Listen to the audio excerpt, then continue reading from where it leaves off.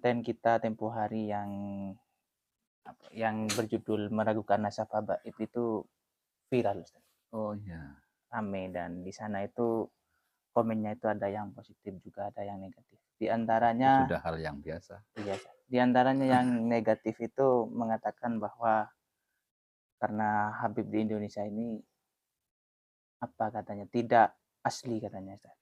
Bahkan ada yang berkata Habib di Indonesia itu Yahudi begitu katanya, Ustaz. Na'udzubillahi min dzalik.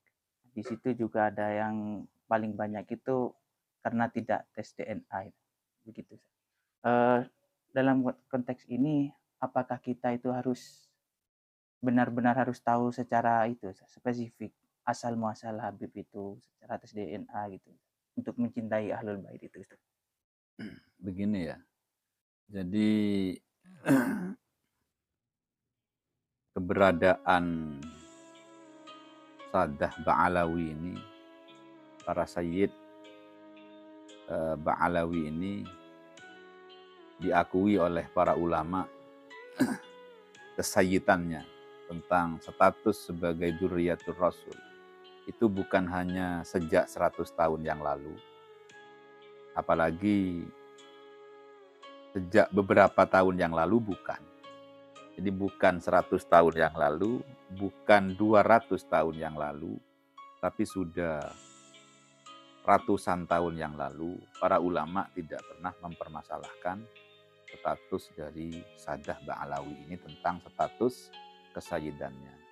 Khususnya kita sebagai santri di Nusantara ini, santrinya kiai-kiai Jawa dan Madura. Ini sejak sesepuh kami, guru-guru kami, semuanya itu yang mengakui kesayyidan para Sadah Ba'alawi. Bukan hanya di Nusantara, di daerah Hadramut sendiri dan sekelilingnya, baik itu di Yaman Utara maupun di Yaman Selatan, para ulama mengakui bahwa Sadah Ba'alawi itu memang seorang sayyid, ya seorang sadah Dzurriyyatur Rasul. Begitu juga tentang ulama yang ada di Mekah dan Madinah. Sejak dulu ya seperti itu. Sejak zaman Al-Imam Ibnu Hajar Al-Haytami, bahkan jauh sebelumnya, bahkan di akhir-akhir ini, artinya di akhir-akhir ini di era zamannya Sayyid Ahmad bin Zaini Dahlan, beliau salah seorang sayyid dari keturunan Syekh Abdul Qadir Al-Jilani, beliau sangat memiliki kegandrungan dengan para sadah dan para sayyid yang dari Hadramut, khususnya Sayyid Sadah Ba'alawi. Sayyid Ahmad bin Zaini Dahlan ini, kalau kita bicara ilmu di Nusantara ini, maka beliau memiliki peranan penting dalam transmisi keilmuan. Bagaimana tidak? Karena Syekhona Khalil Bangkalan, ya santrinya Sayyid Ahmad bin Zaini Dahlan. Syekh Nawawi Banten, sehebat beliau, itu juga santrinya Sayyid Ahmad bin Zaini Dahlan. Dan Sayyid Ahmad bin Zaini Dahlan ini memiliki kegandrungan. Bukan hanya mengakui, beliau itu memiliki kegandrungan kepada para Sadah Ba'alawi. Syekh Nawawi Banten, sehebat beliau, sealim beliau itu tidak tanggung-tanggung. Jadi suku Banten, dia itu orang Banten asli, kelahiran Banten. Tapi di Timur Tengah, beliau itu dijuluki dengan Sayyidu Ulama'il Hijaz. Ketika beliau masih hidup, kitab beliau yang dicetak di Mesir, itu sudah mendapat julukan Sayyidu Ulama'il Hijaz, pemuka ulama-ulama Hijaz, Mekah, Madinah, dan sekitarnya di zaman. Hemat kami, status itu bukan status murahan. Syekh Nawawi Banten itu yang mengakui tentang kesayyidan para Sadah Ba'alawi. Jadi hemat kami tentang kesayyidan Sadah Ba'alawi ini bukan status baru, tapi sejak ratusan tahun yang lalu itu sudah terkenal di kalangan para ulama, bukan hanya di kalangan orang awam. Kalau di kalangan orang awam ya maklum. Ini di kalangan para ulama. terus mencintai keluarga Nabi secara umum, baik itu yang jalur Sayyidina Hasan maupun jalur Sayyidina Husain, dan Sadaba Alawi secara khusus juga, apakah butuh bukti konkret? Artinya butuh bukti konkret harus tes Tes darah, DNA. apa enggak tahu istilahnya saya, atau mungkin mau macam-macam. Hemat kami itu adalah hal yang menunjukkan ketidakcintaan kepada baginda agung Nabi Muhammad SAW. Makanya hemat kami, kita kepada para sada, kalau masih butuh bukti, itu menunjukkan ketidakcintaan. Jadi cintanya tidak tulus. Karena kalau cinta betul-betul tulus karena baginda Nabi, apapun yang disampaikan oleh orang tentang hubungan dia kepada baginda Nabi, maka dia tidak akan banyak mempermasalahkan. Kita ambil contoh begini. Ini pernyataan dari seorang wali besar di zamannya, beliau Syekh Abdul Wahab Asy'arani, pengarang kitab Al-Mizanul Kubro. Ini kalau orang tidak paham fikih, belajar kitabnya beliau, maka tentu akan kesulitan. Beliau bukan hanya seorang ulama zahir, tapi beliau juga seorang ulama batin, wali besar di zamannya. Syekh Abdul Wahab Asy'arani itu mengatakan begini, wa mimma mannallahu bihi alayya, di antara nikmat yang diberikan Allah kepadaku, kathratu ta'zimi lil asraf. Aku over di dalam mengagungkan para syarif, para sayyid, para sadah, dzurriyyatur rasul. Wa in ta'inan nasu fi nasabihim. Walaupun orang lain itu mempermasalahkan keabsahan nasabnya. Jadi ada seorang sayyid, nasabnya dipermasalahkan oleh orang-orang. Itu kata beliau, aku masih over untuk mengagungkan dan memuliakan orang ini. Kenapa alasannya beliau? Adaban ma'a Rasulillah sallallahu alaihi wasallam. Karena aku menjaga adab bersama baginda agung Nabi Muhammad sallallahu alaihi wasallam. Apalagi Sadaba Alawi. Sebelumnya kita tahu tidak dipermasalahkan status.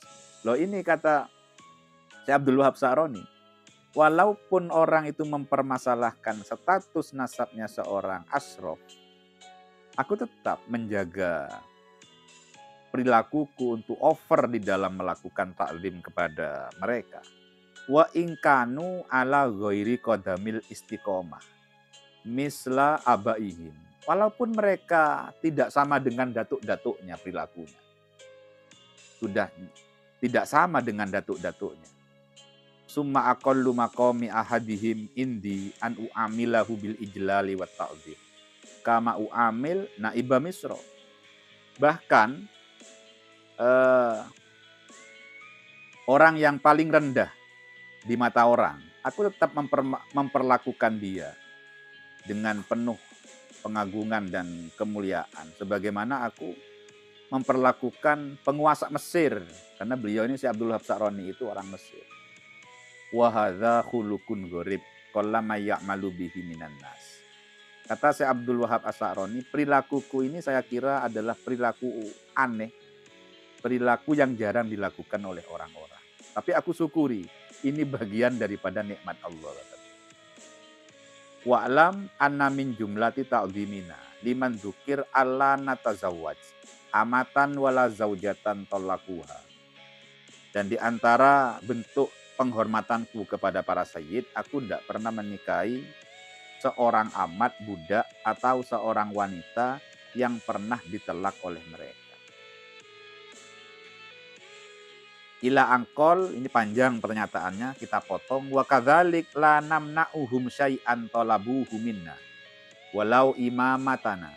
Dan aku tidak pernah mencegah mereka, menghalangi mereka, sekecil apapun yang mereka minta dariku, atau mungkin sebesar apapun yang mereka minta dariku, aku tidak pernah menghalangi mereka. Walau imamatana, walaupun sorban yang ada di kepalaku ini diminta, aku tidak pernah melarang mereka. Akan aku kasihkan.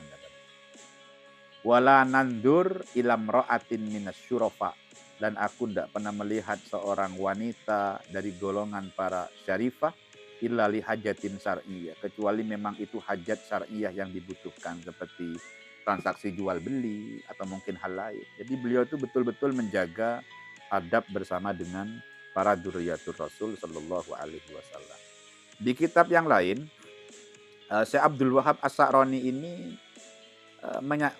menyatakan begini. Ini disebut dalam kitab Al-Bahrul Mawrud fil Mawathiq wal Uhud. Wa'lam ya akhi anna ta'zimana lisyarif alladhi tu'ina fi nasabi au jahlana inda Rasulillah sallallahu alaihi wasallam min ta'zimis syarif alladhi sabata nasabu. Ketahui wahai saudara, kata beliau, memuliakan seorang sayyid, seorang syarif yang nasabnya dipermasalahkan oleh orang lain, itu lebih membanggakan bagi kami di hadapan Rasulullah Shallallahu Alaihi Wasallam nanti dibanding dengan memuliakan seorang sayyid yang memang sudah betul-betul nyata nasabnya. Jadi memuliakan orang yang diragukan kesayyidannya itu lebih membanggakan, kata beliau, dibanding memuliakan seorang sayyid yang memang betul-betul nasabnya sudah tidak dipermasalahkan. Nah, ini kehebatannya Syekh Abdul Wahab As-Sa'roni. Kenapa kata beliau? Li'annal muhaqqaq syarafu wajibun ala kulli ahadin ta'dim. Loh iya, karena orang yang jelas-jelas nasabnya nyambung kepada Rasulullah, tidak ada orang yang mempermasalahkan. Itu kan wajib bagi siapapun saja untuk menghormati. Fala jamilah lahu fi ta'zimi. Hemat kami itu sudah hal yang biasa, bukan hal yang luar biasa, kata beliau. Yang luar biasa itu kalau memuliakan orang yang ngaku sayyid, sementara kesayyidannya masih dipermasalahkan.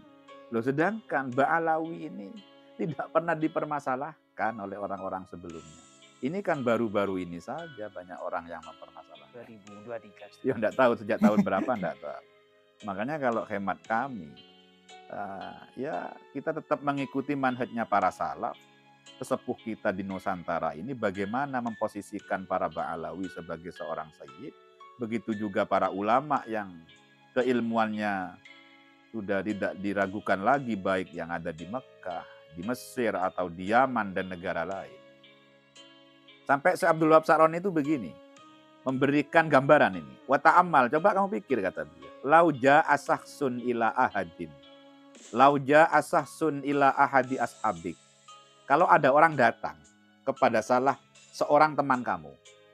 Ada orang datang kepada salah seorang teman kamu. Waqala, dan dia bilang, ini min jama'ati fulan. Ya tolong ya ketahui, aku ini jamaahnya teman kamu fulan, si A. Walaisa huwa min jama'atik, wala min ikhwanik. Padahal orang yang ngaku-ngaku itu bukan jamaah kamu, itu juga bukan saudara kamu. Fa akramahu wa kasahu wa a'tahu hadiyatan ala hisabik. Karena teman kamu itu sudah kadung punya hubungan istimewa dengan kamu, maka dia tidak banyak tanya. Apakah betul dia teman kamu ataukah tidak? Apakah betul dia jamaah kamu ataukah tidak? Dia tidak ngurus itu. Dia karena punya hubungan khusus dengan kamu, merasa kamu itu istimewa, maka ketika ada orang datang ngaku-ngaku sebagai jamaahnya kamu, dia muliakan, dia kasih pakaian, dia kasih hadiah dan lain sebagainya. Kaifatas dat fidzalika shahib mahabbatan. Kira-kira kamu kan tambah cinta sama teman kamu yang betul-betul memperlakukan orang yang tidak jelas statusnya karena ngaku-ngaku punya hubungan dengan kamu. Tentunya kamu kan akan lebih senang kepada teman kamu. Berarti teman saya ini tidak tanggung-tanggung. Semua apa yang berhubungan dengan saya, walaupun kenyataannya tidak semisal, mereka itu memposisikan dengan istimewa. Likaunihi akroma mandukir man dzakara annahu min jama'atik bibadir ra'yi walam yatawaqqaf. Karena teman kamu itu telah memuliakan orang yang ngaku sebagai jamaahnya kamu secara spontanitas, tidak perlu bukti. Makanya hemat kami, kalau orang itu mau mencintai dzurriyyatur Rasul, masih butuh bukti. Saya kira kecintaan kepada baginda agung Nabi Muhammad itu perlu dipermasalahkan juga, perlu dipertanyakan. Ini cinta model apa kok masih butuh butuh bukti. Yang terakhir, kami ingat manhajnya kiai saya di Sidogiri. Kiai saya itu Kiai Nawawi Abdul Jalil ini. Konon pernah ketemu dengan Kiai Wafir Probolinggo, Patoan. Ketika di Mekah ketemu di dalamnya Syekh Zain bin Abdullah Bawean. Jadi ada ulama Bawean namanya Syekh Zain bin Abdullah. Gurunya Kiai Mukhlis Ranupakis ini. Kiai Mukhlis itu hadarnya Syekh Zain. Syekh Zain bin Abdullah Bawean, orang Bawean tapi ngajar di Mekah. Dan ketika almarhum Syekhina Kiai Nawawi Abdul Jalil ketemu dengan Kiai Wafir di dalamnya Syekh Zain, dia itu ada bu seperti ini pakai bahasa Madura. Hinalah mak kerosak katanya dia. Jadi biarkan walaupun tingkah lakunya buruk, itu tetap beliau ini apa istilahnya ya? Ya menghormat. Jadi ada orang misalnya dibilang ini sebagai seorang habib, seorang sayyid, tapi perilakunya tidak mencerminkan perilaku datuk-datuk. Bagi beliau tetap itu merupakan hal yang wajib untuk kita hormati. Bahkan beliau mengatakan, kalau kau yakin itu hanya bib habiban, artinya habib palsu. Ngaku-ngaku. Ya, ngaku-ngaku habib, bukan habib tapi ngaku habib. Maka kata beliau, maka kamu harus tetap bertingkah laku dengan akhlak yang baik. Karena pengakuannya yang kita apa? Yang kita perhatikan. Bukan asli dan tidaknya. Namun kata beliau, kalau kamu yakin bahwa itu adalah habib, maka jangan sampai melihat kesalahannya. Kalau memang kamu yakini dia betul-betul habib, maka jangan kamu lihat kesalahannya. Andai kata dia memang salah. Apalagi tidak salah, hanya dicari-cari kesalahannya. Ini kan masalah besar. Hemat kami, ini adalah manhaj yang kita harus cermati dengan baik. Hemat kami untuk saat ini, kita tidak perlu banyak dalil dan referensi. Hanya butuh hati, hemat kami. Jadi saat ini kita tidak butuh banyak manuskrip dan referensi. Yang kita butuhkan adalah hati yang jernih. Walaupun banyak referensi dan manuskrip berbagai macam apapun saja, kalau hati sudah tidak jernih, maka tetap saja tidak akan kelihatan dengan baik. Ya masih mencari-cari celah biasanya. Iya, sama dengan beginilah.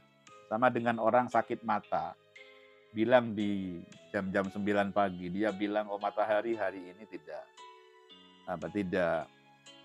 bersinar dengan cerah. Ya maklum, karena dia punya penyakit mata. Jadi sama dengan orang sakit, bilangnya makanan ini tidak sedap.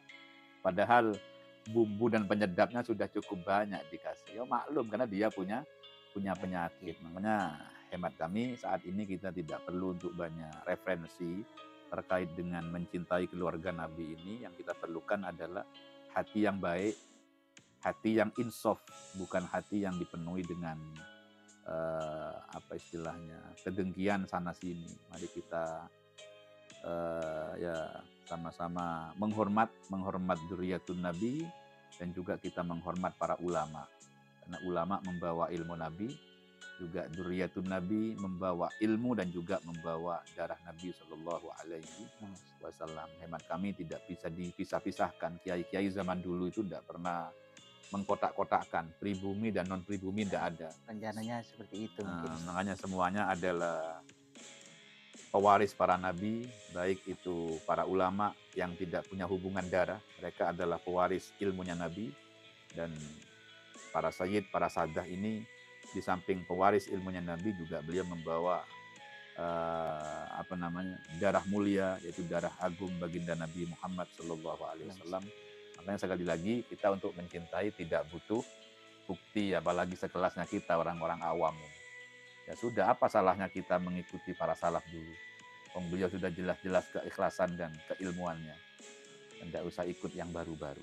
Wallahu a'lam.